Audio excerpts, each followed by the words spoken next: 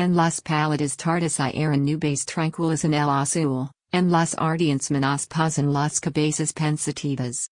Ah, los suspiros. Ah, los dulces sueños. Ah, las tristezas íntimas. Ah, el polvo de oro que en el aire flota, tras cuyas ondas trémulas se miran los ojos tiernos, humidos, las bocas inundadas de sonrisas, las crespas cables y los dedos de rosa que acarician en las paladas tardes cuentan anjada amiga las historias secretas llenas de pusa lo que cantan los pájaros, lo que llevan las brisas, lo que vaga en las nieblas. Lo que suben los niños. Una vez en el ansiedad una sed infinita dije alhada amorosa quiero en el alma mía tener la inspiración en honda, profunda, inmensa, luz, calor, aroma, vida. Ella me dijo, ven. Con el acento con que hablar en arpa. En el haba un divino idioma de esperanza. O sed del ideal sobre la cima un monte, a medianoche. Me mostró las estrellas encendidas. Era un jardín de huracán pétalos de lamas que titilan exclam, mas la aurora vino después.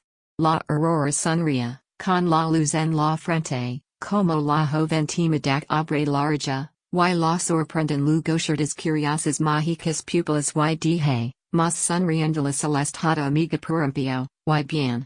Las flores. Y las flores estaban frescas, lindas, empapadas de olor. La rosa virgen, la blanca margarita, la azucena gentil y las bailes cuelgan de la rama estremecida. Y dije, mas.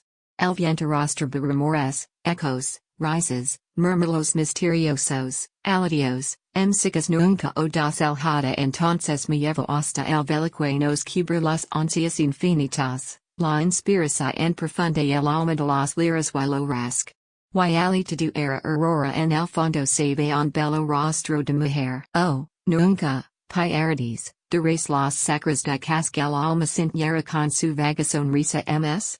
Dijo el hada y yo tena enchesclavadas las pupilas en el azul, y en mis ardientes manos pas mi cabeza pensativa. English translation. Autumnal in the pale afternoon the clouds go by aimlessly roving in the quiet sky, his head between his hands. The dreamer weaves his dream of clouds and autumn-colored leaves, his intimate sorrow, his long sighs, and the glad radiance that has dimmed his eyes. And all the tender glances, the blonde tresses, the rose hands overbrimming with caresses, the sudden faces smiling everywhere in the gold-dusted curtains of the air. In the pale afternoon a friendly fairy maiden comes to me and tells me tales of many a secret thing fraught with the spell and music of the moon, and I have learned what wonder the birds sing, and what the breezes bring over the sea. All that lies hidden in the mist or gleams, a fleeting presence, in a young girl's dreams. And once the thirst of infinite desire possessed me like a fever, and I said, I want to feel all radiance, fragrance, fire and joy of life within me, to inspire my soul forever.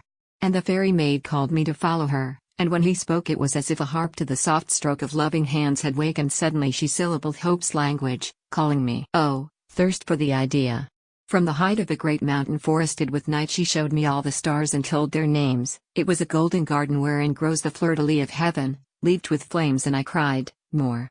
And then the dawn arose, the dawn came blushing, on her forehead beamed delicate splendor, and to me it seemed a girl that, opening her casement, sees her lover watching her, and with surprise reddens but cannot hide her from his eyes. And I cried, more. The fairy maiden smiled and called the flowers, and the flowers were lovely and fresh and moist with essences. The virgin rose that in the woods grows wild, the gentle lily tall and shy and fair, the daisy glad and timid as a child, poppies and marigolds, and all the rare blossoms that freight with dreams the evening air. But I cried, more.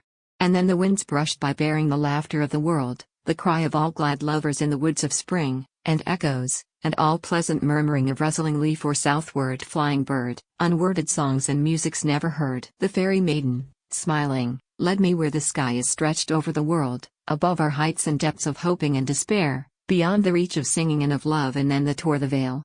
And I say there that all was dawn. And in the deeps there a woman's face radiant exceedingly. Ah, never, muses, never could ye say the holy joyance that enkindled me. More? Said the fairy in her laughing way, but I saw the face only. And I dreamed,